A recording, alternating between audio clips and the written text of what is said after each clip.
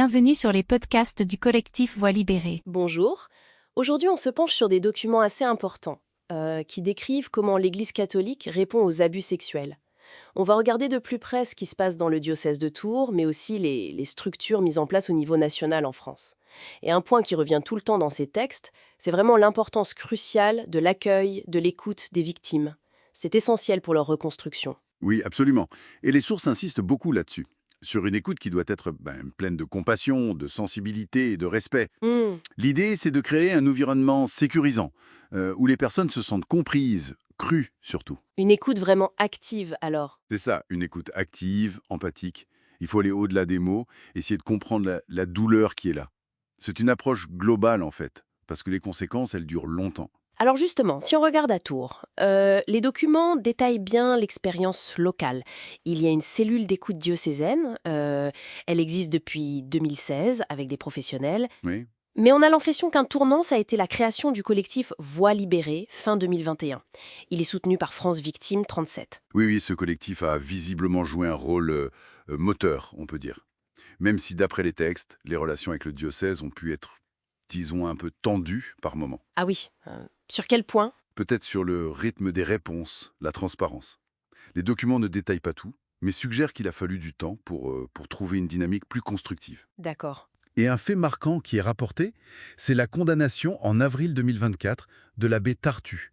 C'est le tribunal pénal canonique national, le TPCN, qui l'a condamné pour des agressions sexuelles sur des petits chanteurs de Touraine. Ah oui, cette affaire. Voilà. Et cette condamnation a été confirmée par Rome, par le Saint-Siège, et rendue publique en novembre 2024. Et ce qui est assez frappant, c'est qu'en parallèle, la justice civile, elle, avait classé l'affaire. C'était en 2023 pour prescription, Tout à fait. même si les faits étaient reconnus comme avérés. Ça interpelle, cette différence entre les deux justices. Exactement. Et ça montre bien le rôle que peuvent jouer d'autres instances, justement quand la justice de l'État, elle arrive à ses limites, comme la prescription. Et c'est là qu'intervient l'INUR, c'est ça? Précisément. L'INIR, l'instance nationale indépendante de reconnaissance et de réparation.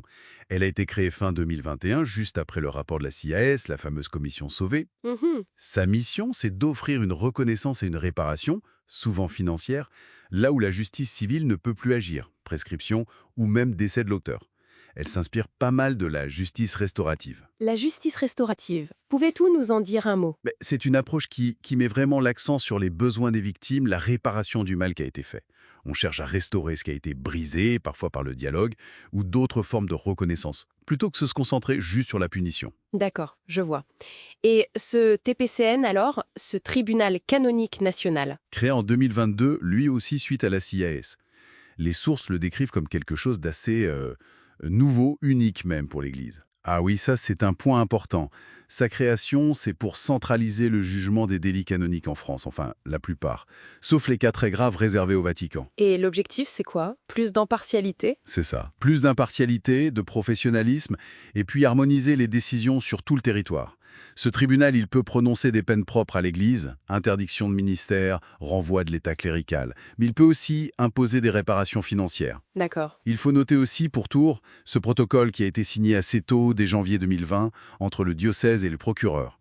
Ça montre une volonté de signaler systématiquement les faits à la justice civile. Donc on voit se dessiner tout un écosystème en fait, le soutien associatif qui est clé, France Victime, Voix libérée, Oui, les cellules d'écoute dans les diocèses. Et puis ces nouvelles instances nationales de l'Église, l'INIR pour la réparation, le TPCN pour la justice interne, tout à fait. et tout ça qui essaie de s'articuler avec la justice de l'État. Ça a l'air complexe. C'est une bonne synthèse de ce que montrent les documents, oui. Ils témoignent d'une évolution nette dans la façon dont l'institution essaye de répondre en France. On combine plusieurs choses. La reconnaissance, la réparation via l'INIR, une justice interne avec le TPCN, et cette volonté de collaborer avec la justice civile.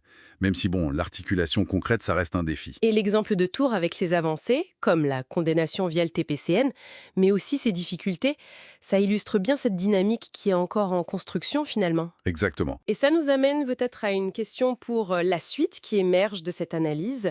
Comment toutes ces voies, la justice civile, la justice canonique et cette approche restaurative, comment peuvent-elles non seulement coexister, mais vraiment se compléter pour répondre au mieux aux besoins des victimes victimes qui sont si complexes, et puis aussi, bien sûr, pour mieux prévenir de nouveaux... Ce podcast a été produit et réalisé par le collectif Voix libérée. Pour nous écrire, partager ou témoigner, adressez-nous un mail à pcantores37@gmail.com. Parce que nos voix comptent. Parce que le silence n'est plus une option. Parce que la mémoire exige justice et vérité. abus.